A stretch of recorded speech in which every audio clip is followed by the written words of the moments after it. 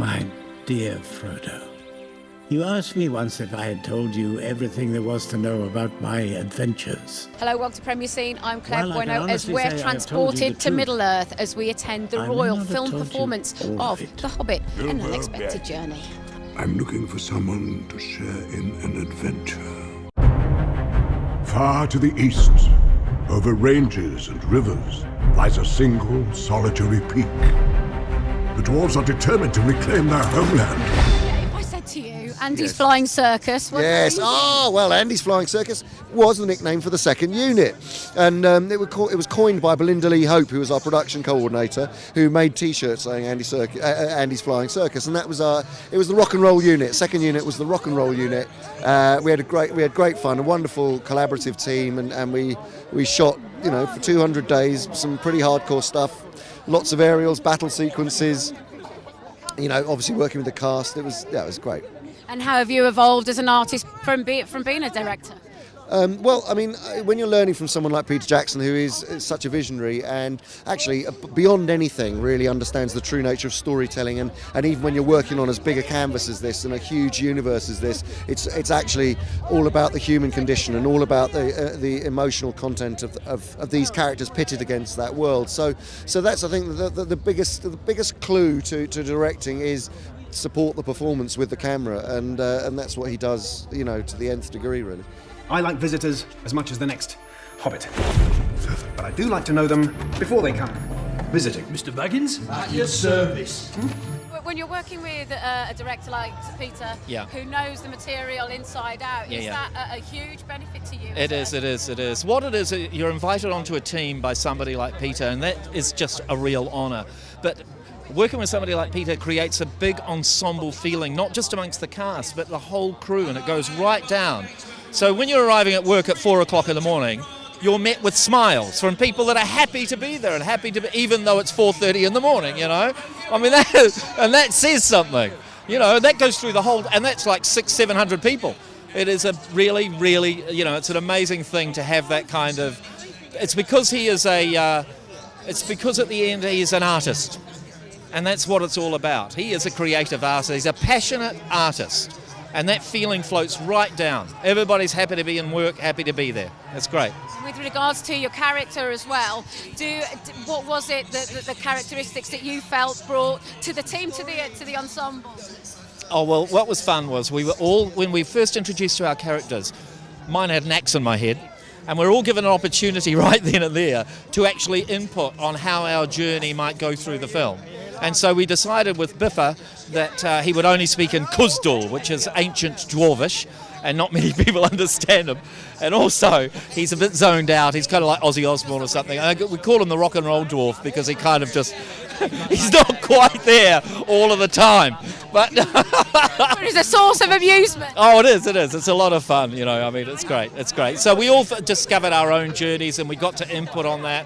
And I got to play one of the trolls too, which was an amazing thing, Like going back to theatre. Oh, no, it totally was. And also, we spent 2 months training, so it was actually like going back to drama school, because we were doing stunt fighting and horse riding and dwarf movement. And that was hilarious, actually. I'm surrounded by dwarves. What are they doing here? Oh, they're quite a merry gathering. So, this is the Hobbit.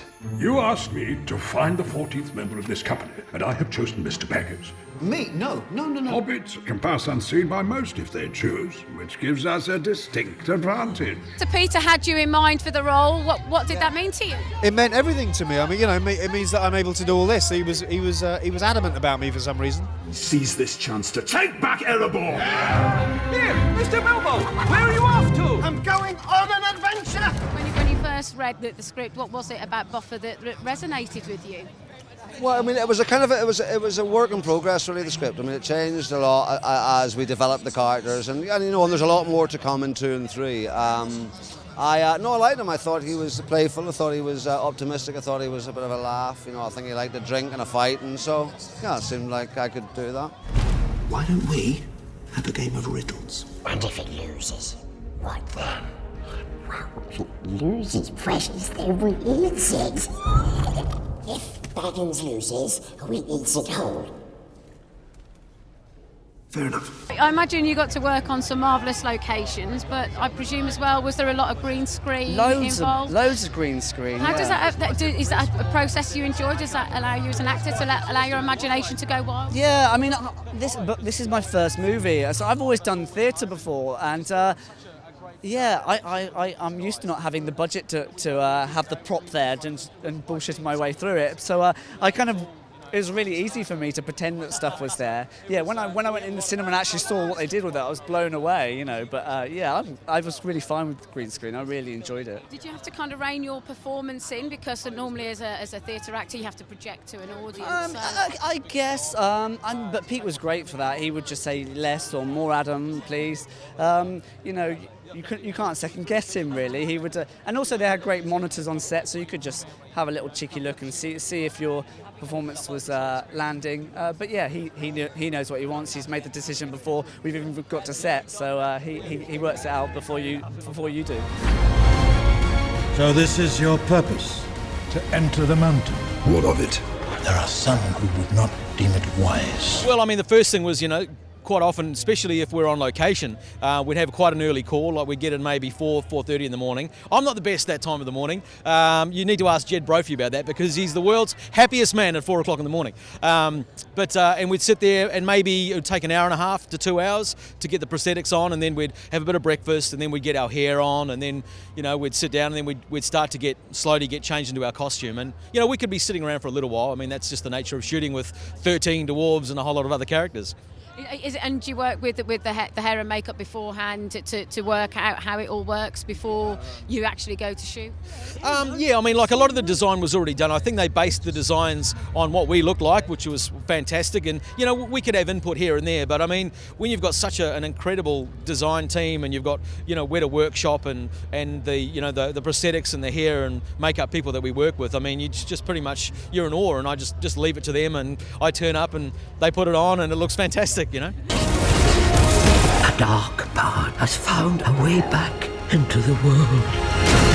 Well, it's the ultimate quest, and to be part of Tolkien's legacy is pretty special too, eh? And it's a Peter Jackson movie. I mean, that doesn't come along that often. You'd be a fool to say no to that one, Yeah, and you'd be a fool to turn up on set and not have done your work as well. Sure.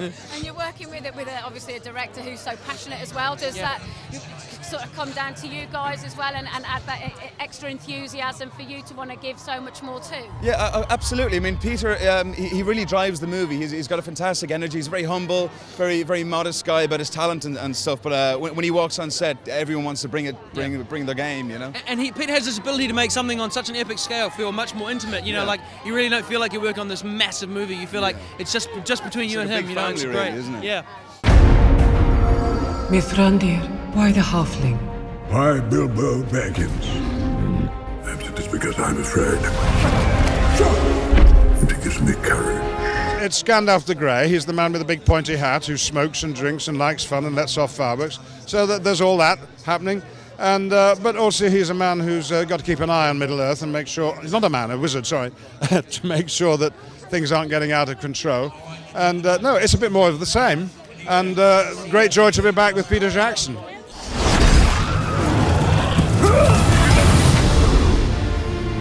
I will take each and every one of these dwarves over the mightiest army.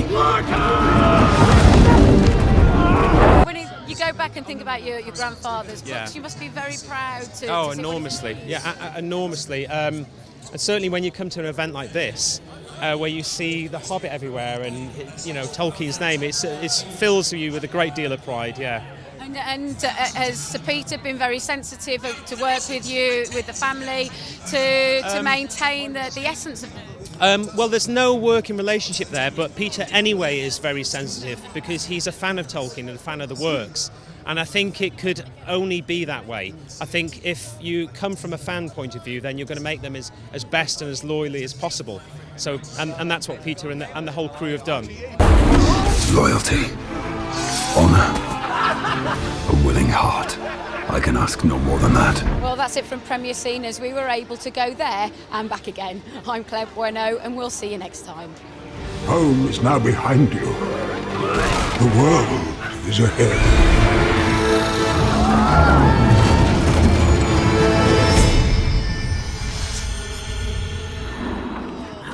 Well, that could have been worse.